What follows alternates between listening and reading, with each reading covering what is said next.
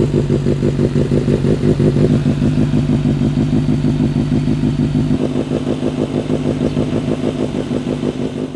guys, good day and welcome back to our YouTube channel. Tinanghali na nga. So today is our breakfast ride. Time check tayo. It's 7:17 in the morning. So ang content natin ngayon is ibibigay ko po sa inyo kung ano yung 1 year experience ko sa bike na ito. Ang mga napalitan pa lang naman dito sa 1 year na is ito, tank pad or tank grip, phone holder na quad lock, tapos frame slider, axle slider, front and rear, syempre tambucho at yung TST na tail light at saka foldable tail tidy. Tsaka ito pala side mirror na aerodynamic. Ngayon lang naman, hindi pa nakakapagpalit ng windshield kasi okay na ako dyan siguro. So, ang odo niya pala is, check natin yung odo sa 1 year na 5,347. So, sakto pala 1/4, magpapagas na tayo. So, ang ride pala na ito is papunta kami ng Batangas Lipa. At habang papunta kami, pag-usapan naman natin kung ano yung mga na-experience ko sa 1 year sa bike na ito. At samahan niyo po kami sa vlog na ito. Let's go! ulit nga. Tara!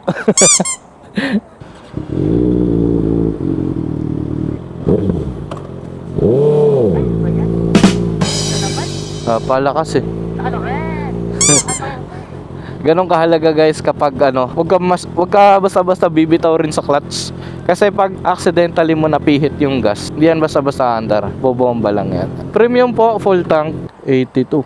May binabalita na naman daw na tataas, diba? Kasi sinara na naman yung Strait of Hormuz. Kitang-kita pala dito yung Maria Makiling na bundok. Medyo foggy lang kaya hindi masyado clear sa camera. Okay, naka 865. And today we're finally sharing our 1 year experience of our ZX6R. Ang pangalan pala nito, pinangalan namin is Shark. Shark yung pinangalan namin dahil mukha siyang shark para sa amin. Actually, meron pang mukhang shark talaga na sports bike. Kung alam niyo lang yung Ducati Panigale. Ayan, post natin sa screen. Ayan. At yung Shark pala, combination name rin kasi namin. Kaya ang napangalan is Shark. Pero mukha rin siyang shark, di ba?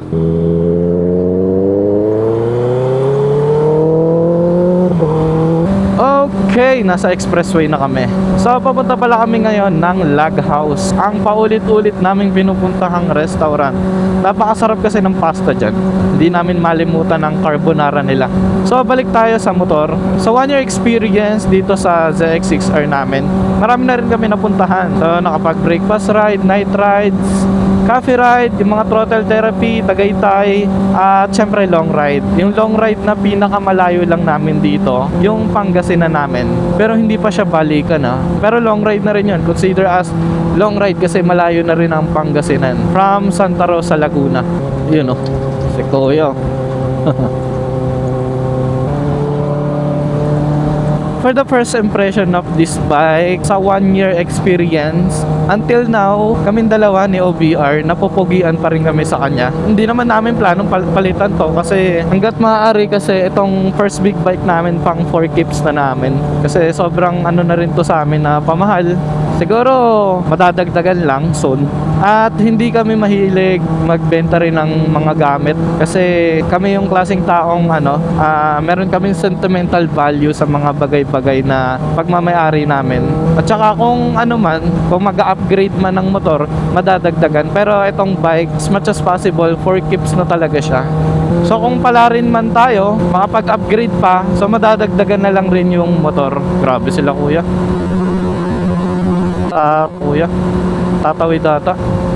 At every time na ipapark pa rin namin siya sa mga parking lot, hindi pa rin namin maiwasang mapalingon dito sa motor na to. Dahil nga nagagandahan pa rin kami until now. Kahit na 1 year na siya sa amin. And when it comes to looks naman, malakas pa rin yung appeal niya. Dahil nga meron na kami mga upgrades na konti. Kahit pa paano, andyan nga yung tambucho, napakaganda ng color, titanium. Tapos samahan mo pa ng tail tidy na TST, mas sharpy na siya tignan. At saka takaw tingin pa rin sa daanan to, diba? Yung mga nangangarap na ng ZX6R, panigurado, mapapatingin ka rin eh. Kagaya ko dati, lahat ng sports bike, fan kasi ako ng sports bike, napapalingon talaga ako. And according to long rides naman, hindi naman kami nakakapag long rides ng totally long ride talaga, as in Baguio, mga ganyan kalayo, Bicol. Since this is sports bike, definitely hindi naman to pang long ride, pero kaya naman siya, basta magpapahinga lang. After an hour, magpapahinga ka para matanggal yung ngalay mo, kasi sa long ride, ang sasakit sa'yo dito, unang-una, yung palad mo. Palad nyong dalawa. Kung kayo ay angkas mo lagi si misis nyo, kasi si misis nahawak yan dito sa tangke, kailangan niya talaga humawak, kasi pag hindi, ikaw ang mapipipi. Uy, ang daming sasakyan oh. Wow, ang daming Raptor. Anong meron dyan? Pagawaan ba yun ng sasakyan? Pero sa amin, okay naman siya sa long rides nung nagpangasinan kami. But kung ang habol mo is comfort, unlike sa mga adventure, diba? Yan yung mga pang-comfort motor talaga. Na-upright ka lang, hindi ka mangangalay eh. Mamamanhid lang yung puwet mo. Yung iba pa nga dyan, may mga pang-heating, heating seat. Umiinit yung, yung upuan niya para matanggal yung manhid sa puwet. Meron pa heating grip. Traffic, grabe. And for the gas consumption naman, sa 1 year namin, wala naman nagbago. Kapag hindi ka naman malakas sa RPM, yung lagi kang nasa red line, for example, 8,000 RPM pataas, considering naman na matipid naman siya, compare mo na sa mga sasakyan. Ito kapag saktong lang, throttle lang, hindi mo ginigigil yung makina, so kaya mong makuha to na 21 up to 23 kilometer per liter. Sa mga sasakyan kasi, ito kagaya nitong Toyota Hilux, pagkakalam ko dito, naglalaro lang siya sa 8 to 9 kilometer per liter. Isipin mo yun, napakagastos. Ang lakas niya kumonsumo ng gas. At saka depende rin talaga sa rider yan. Kasi kung ikaw malakas ka rin talaga gumamit, palagi mong ginigigil yung makina, kasi di mo rin maiwasan eh. Maganda kasi yung motor eh. Ako nga aminado ako. Minsan napapa-redline ako, tapos ganito pa kaganda yung tunog, mapapabomba ka talaga. Hindi naman siya totally sobrang tipid. Hindi rin siya nakakagulat sa gastos, since this is considering as 6360. Tsaka sulit na yun guys. Sa for 4 months naman, and speed after 1 year, ganun pa rin. Napakaganda. Napakaganda niya pa rin. Hindi ko pa rin maiwasang mamangha sa bilis niya. Mabilis na siya as a middleweight. Hindi ka talaga rin mabibitin sa overtaking. Pag pinihit mo yung gasolina, talagang pag instinct mo na kaya mong overtaken mo. Kunwari open road, kaya mong overtaken yan, yung ganyan. At tara, punta muna tayo sa aming pupuntahan. Malapit lang naman yan.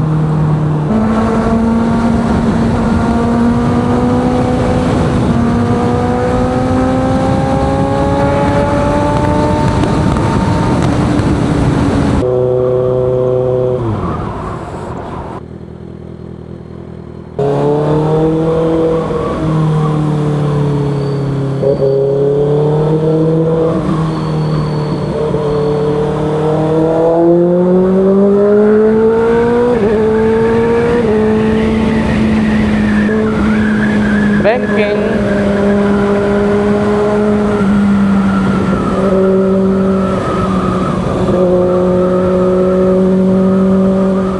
Alright, so kami ay malapit na sa aming papupuntahan, Lag House Cafe. Dito pala sa pupuntahan namin ay lubak ang daanan. Sa entrance lang naman. Then kapag nakalampas na kayo dito, okay na. Ayan, okay na dito. Ito sikat tong na to Liam's. Dami nakain dyan eh. Ano bang dyan? Sikat na pagkain dyan. Open na kaya? Ang tanong.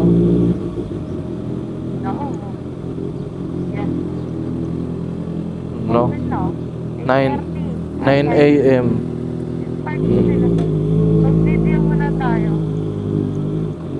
Tanong lang.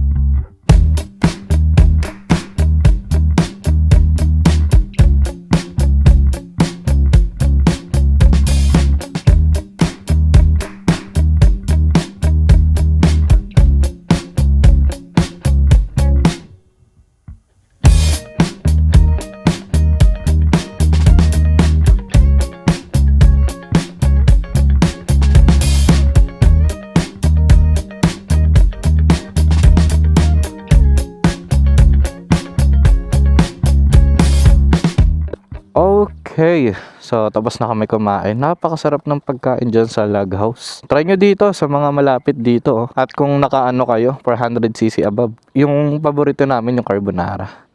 So balik tayo sa ating motor. Sa maintenance pala, so far, normal lang naman yung nagastos namin sa maintenance. So dahil ang odo niya is 5,100 plus na ang odometer niya ngayon.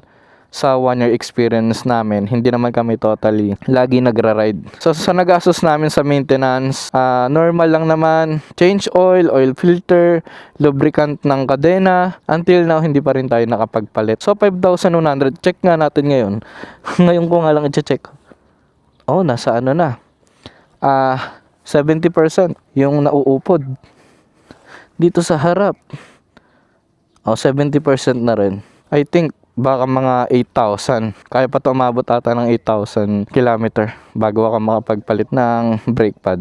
Then sa first change oil namin guys, meron pala kaming nagawang content doon. Meron kami nagawang vlog doon. So panoorin nyo na lang yan. Post ko sa screen. Then yung second change oil, meron din akong nagawang vlog doon pagkakaalam ko.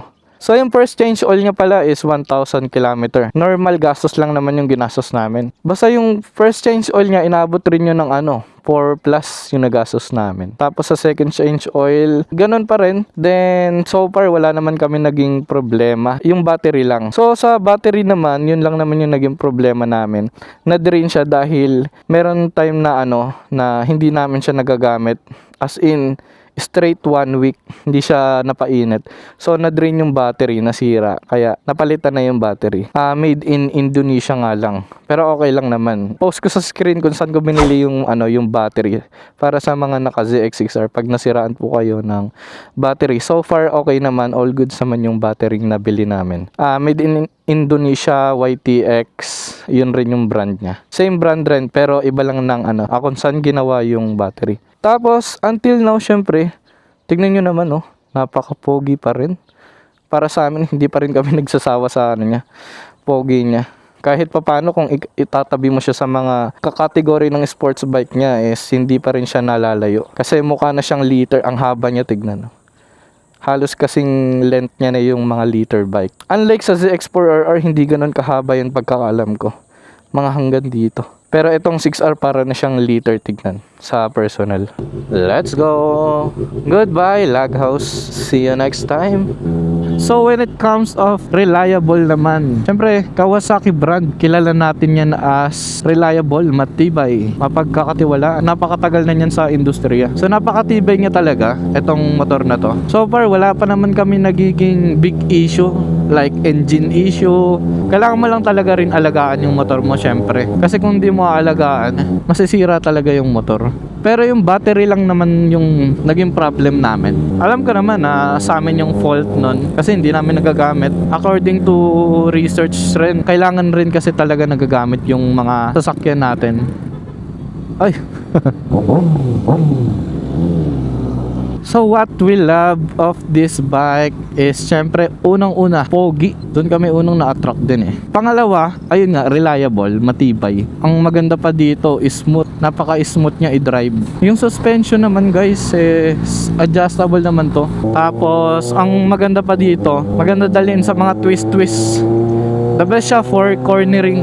Lalo kung mahilig ka mag racetrack. Ito, perfect na to, middleweight. Hindi ka malululo, hindi ka rin naman mabibitin. Swak na siya. Kasi usually, 'di ba? Yung iba talaga napapanood ko, nag-upgrade pa talaga sila. Gawa nga nung nabibiti na sila sa motor. Gusto nila ng mas malakas pa. Kaya nagli-liter na sila. Meron pa nga ako napanood eh. No experience siya sa big bike Nagda-drive na siya ng motor. As in, jump agad ng 1,000cc. Pero kaya niya naman. Basta may ka lang, patient ka lang sa paggamit ng motor. Kasi hindi mo na pwedeng laruin yun. Napakalakas na ng makina nun, 1,000cc. At syempre guys, meron pa rin tong cons or disadvantage. Since this is honest review, may konting downside pa rin siya. Dahil nga medyo aggressive ang kanyang position. Uy.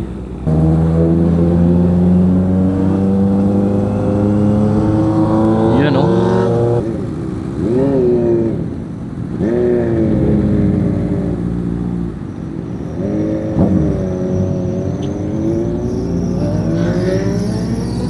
Yun oh.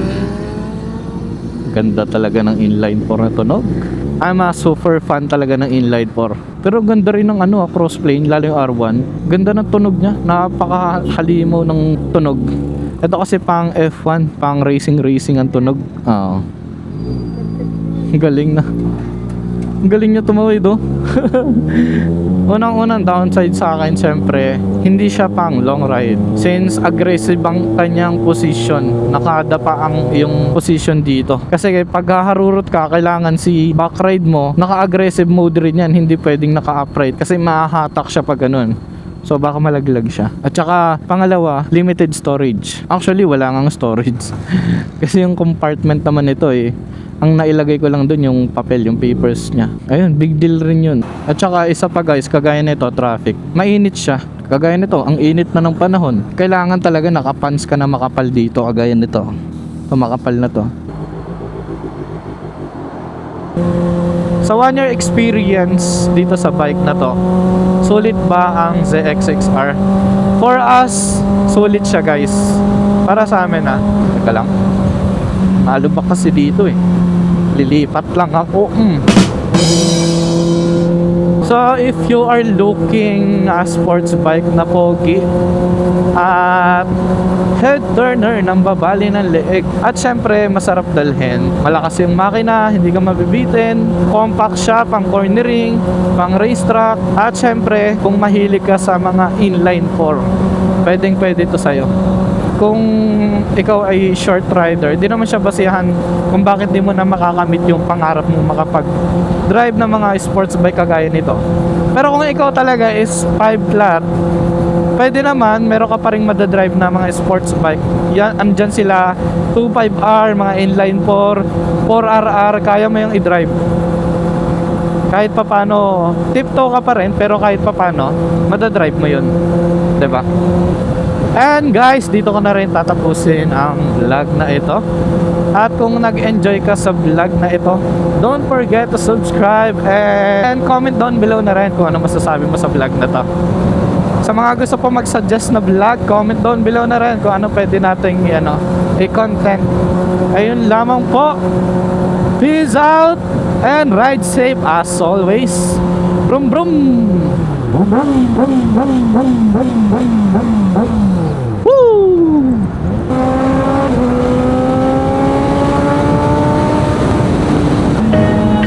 Uuwi na tayo.